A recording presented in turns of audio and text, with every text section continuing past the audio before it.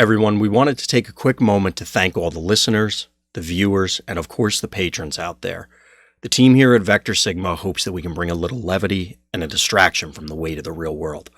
Time is always precious, but that has become even more obvious now. We want to say that we really do appreciate everyone out there that's spending their time with us.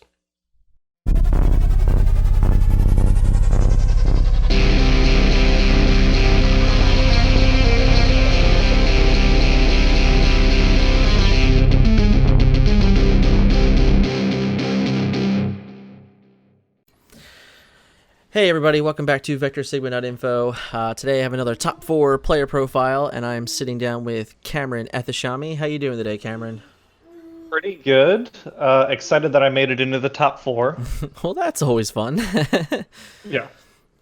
So, you were, in my opinion, you were kind of like not like crazy involved with Wave 5 until like a little bit later into April, right? I mean, I saw you started live streaming kind of towards the end of April, early May. So what was it like to like finally get your hands on Wave 5? Yeah, I at first like all the cards weren't out and things, and then it was once I got some deck lists that I like put together and I started playing, I realized how differently I had to think about just things we took for granted previously. Now that we're in Wave 5, the biggest one is I guess the structure of a game. Like in an aggro on aggro matchup, if you're running one or two headmasters, there's generally not going to be like an untap phase for everyone. And that's changed the way I've played a lot, I think. Wave 5 just there's so much being added in.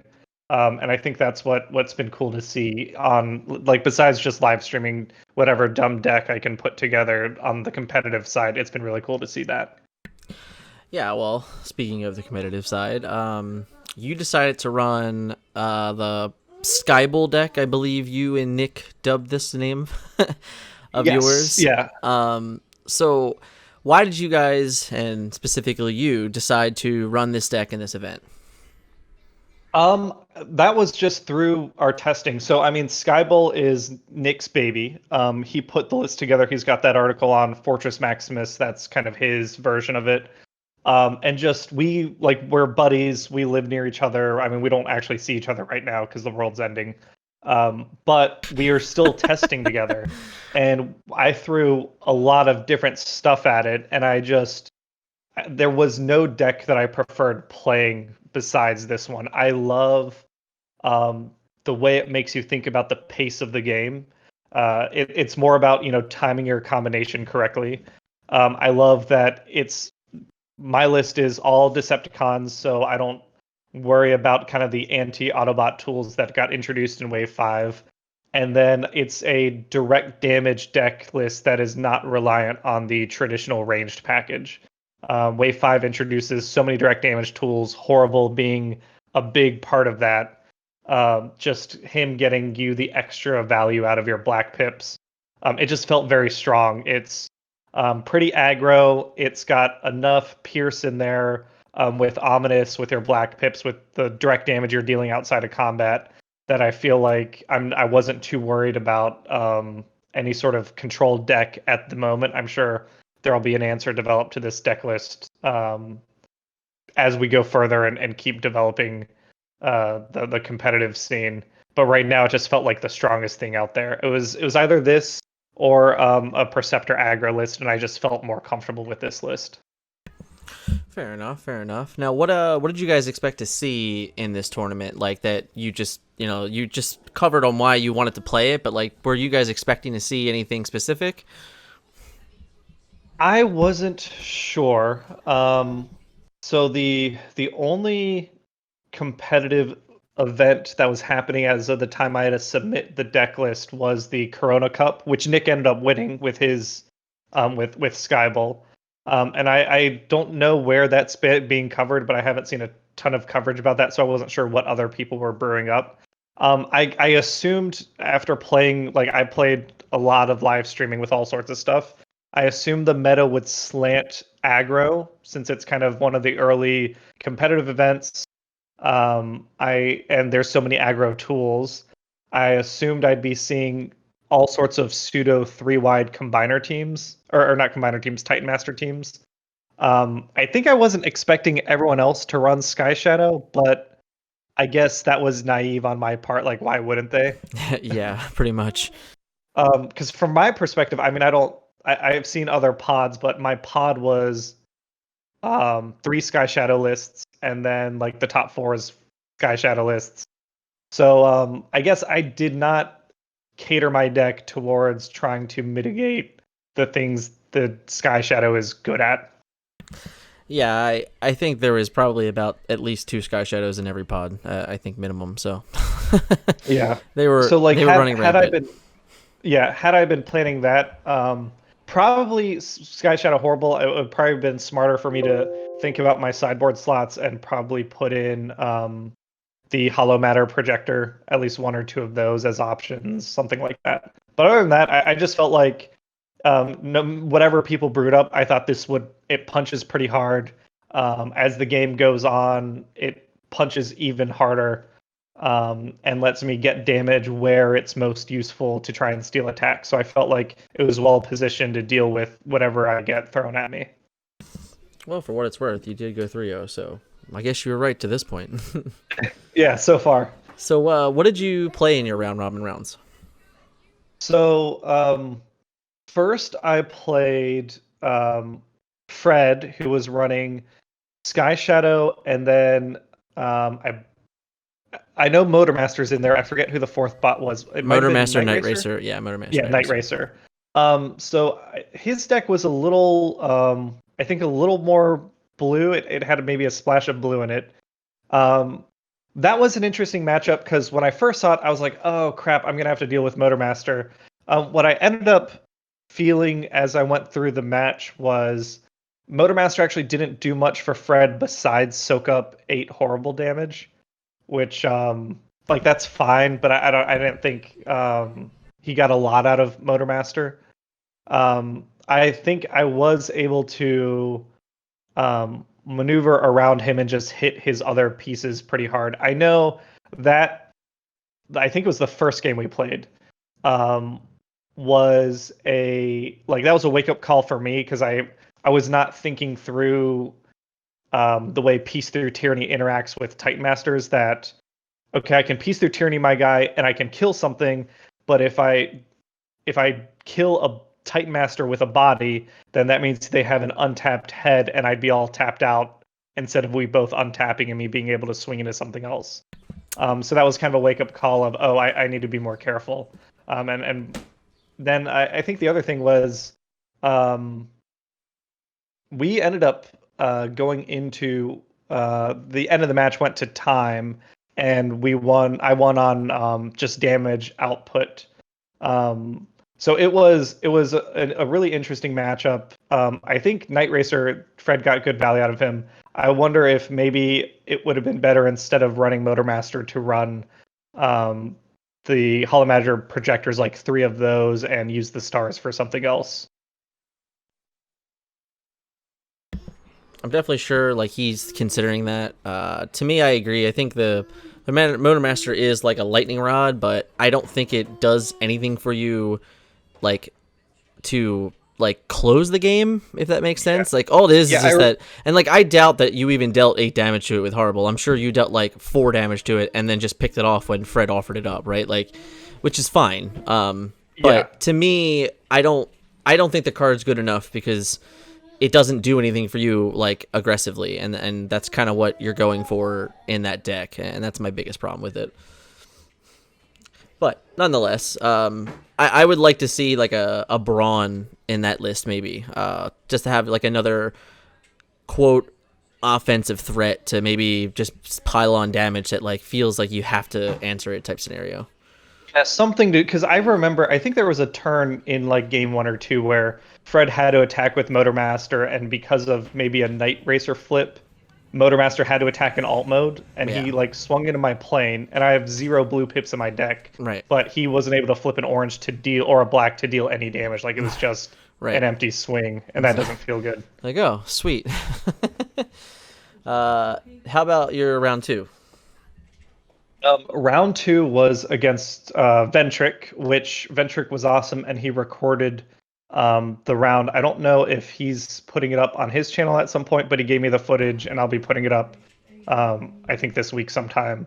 But it was essentially a mirror match. I think we probably, I guess you have the deck list, you could check, but maybe there's like 6 or 8 cards that are different in our deck list. I know that he had improvised shields that you don't. I know that much for sure. I don't Yeah. know. I don't know anything else specifically, but I know that he had the improvised shields. Yeah, so in that match, I think it came down to, because I'm running more black than he was, I was able to get Horrible's damage more consistently, and I did get some pretty fortunate turns where I was able to. I mean, the ideal Horrible turn, right, is like Camion Crash, Fusion Bore maybe on the tank or something when the tank swings, and then flip Horrible back, and you put out like 5 damage that turn. So I know against Ventric, the biggest thing was I was able to control when his Sky Shadow combined. It's a theory that Nick and I had been working through a couple times in our test matches and discussions, and I think you and I have talked about it off camera once or twice. Yep. But in the mirror match, I feel like, at least with my setup, I want to go first, and I'll put my plane out there to get damage on to his plane. And I think both matches, his response was both games. I went to both games. His response was to punch back with the tank, and I think that was a misstep because it allowed me to put like 8 or 9 damage on like both pieces, and when his I could force his Sky Shadow to combine with like 16 to 17 damage on him. And I think game 1 I was able to flip Horrible or do direct damage, force the combine, and attack his Sky Shadow and kill it. So he misses out on his 8 Pierce 4 attack. And then game 2 I think I was able to force the combine and then kill him with direct damage. So I didn't even need to like swing an attack into his Sky Shadow. So like we had talked after the match, we talked about it a bit with Scott too. And I think like for the mirror, it's all about, can you take that Sky Shadow swing away? Don't worry so much about getting an extra swing out of your plane or your pieces. Just take their Sky Shadow attack away. Yeah, I think with every game it's going to be a little different and play out differently. But if you can set it up to that point and like get away with it, then that's obviously likely the best way to go. But yeah. I don't know that it's always going to be that simple or that easy. But when it's when it's there, there's nothing better to do. Yeah, right. It's the goal. It's not always going to happen in practice. That's true. Right. And for your round 3, then round 3 was off the shadow, off the dark, who was running a blaster? A blaster right? list, yeah. Yes. Blaster, but their blaster list was a little different. I think of the dark was hoping for maybe some more control. Like they just got stuck in the super aggro pod because they were running eject, or no, not eject, frenzy, who takes away tough. And like with my list, I don't really care about that. What their list, what they did interestingly was they had Windcharger as their 7-star to go with Blaster. And Windcharger's thing is, he swings for 7 on turn 1. So I think ideally, of the dark wants to go second, put some sort of weapon on Windcharger and kill a Sky Shadow piece, force the combine right away. I think the first game was just really bad luck on their part. I think they won the dice roll or the die roll, and I won the die roll. I chose to go first, and I got a lucky flip on the plane where I got enough double orange pips, and I was able to kill Windcharger before he attacked. So like that one was like, I think, a very hard battle from there, just because then Blaster couldn't flip properly. They couldn't get the guys out. That game 1 was kind of a wash.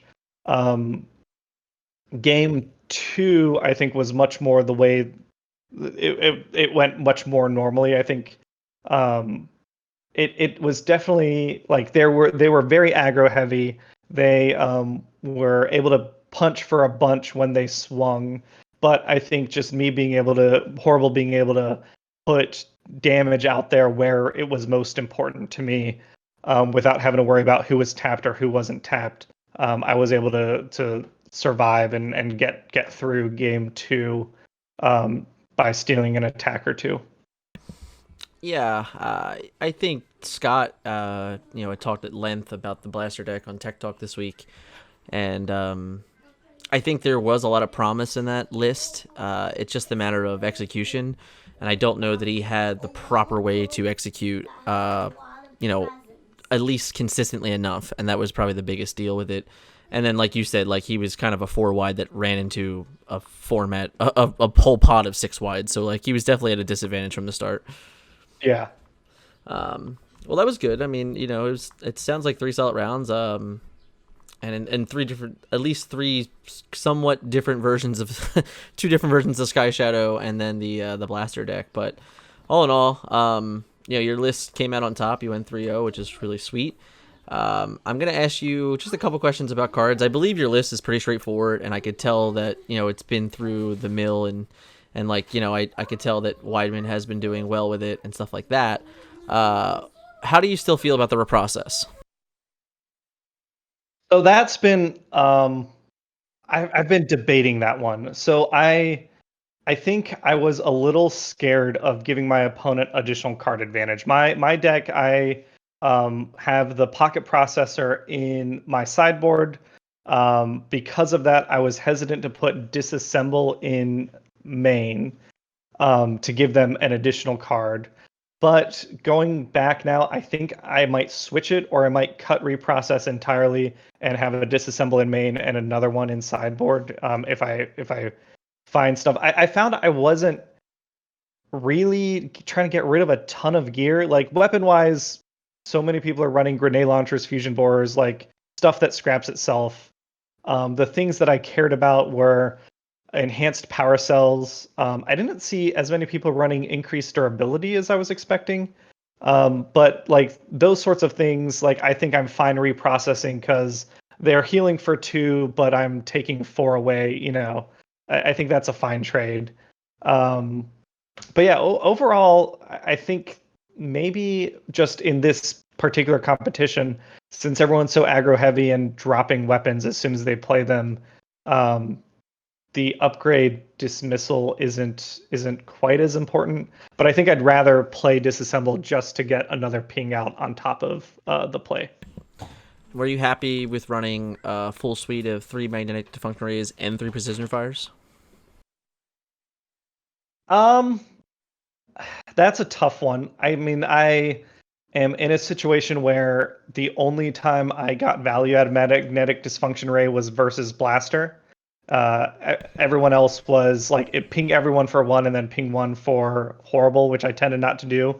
But it is 3 black oranges, and precision fires black orange. So I guess I'm thinking of what else I'd run in that position, and I'm already running fight for position. I'm not going to run the bold 1 dagger, combat dagger that's black orange. So I think go ahead. So why the lack of wedge formation then? That's actually a good one.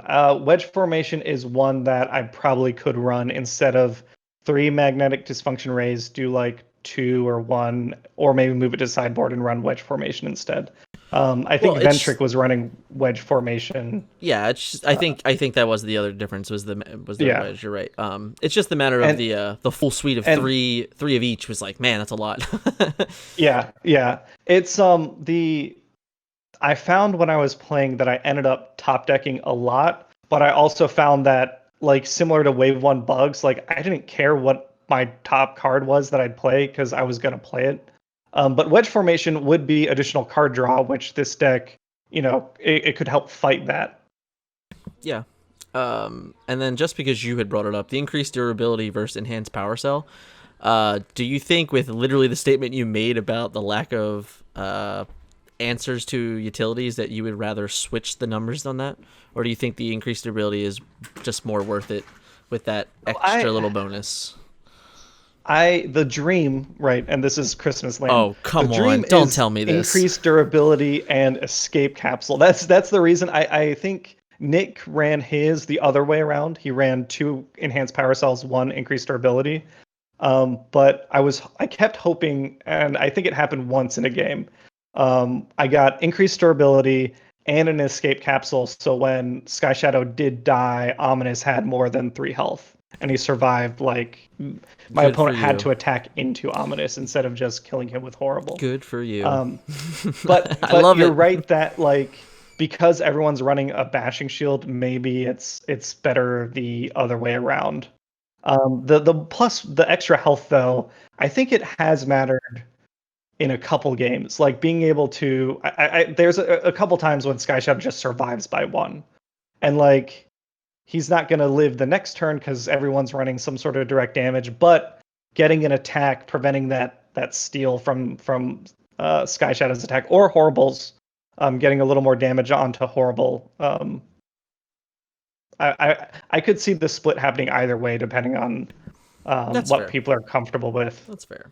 So I don't want to delve too deep into this, but I wanted to point out to everyone that you do not have any main deck belligerents, and you have them in the board, and I love that.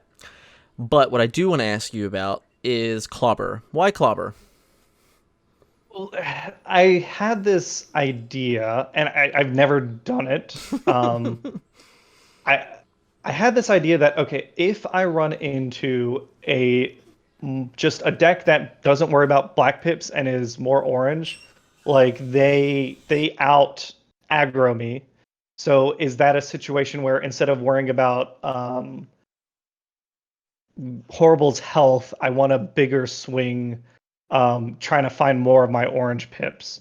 But I'll be honest, I've never put Clobber in.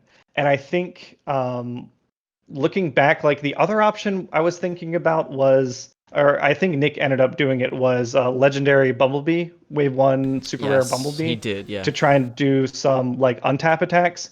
But I don't think I'd put him in either. That's character sideboard slot for the way the deck list is tuned, I think is essentially a dead spot. Like I just don't think there's another character I'd rather play than Sky Shadow and Horrible, unless I run into something new that kind of tweaks the way things are working out right now. The other thing in sideboard that I was debating on and I kind of regret not putting in are the I forget the name of the card, not Focus Fire. The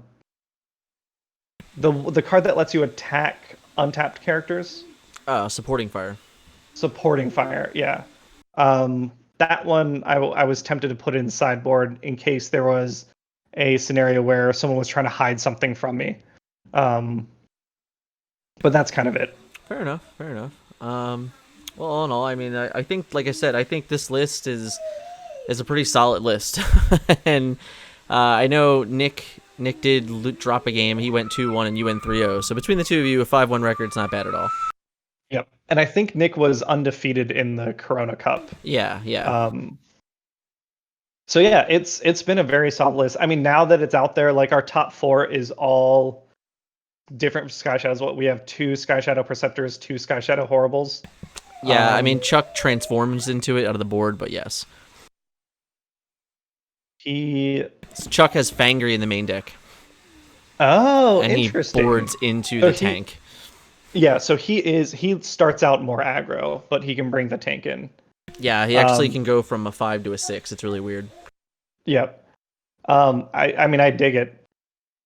Yeah, right. Because Ominous starts out of game, so it doesn't have to be like included, right? Correct. As long as you have the Sky Shadow sync in your sideboard. That's all that's important. Yep.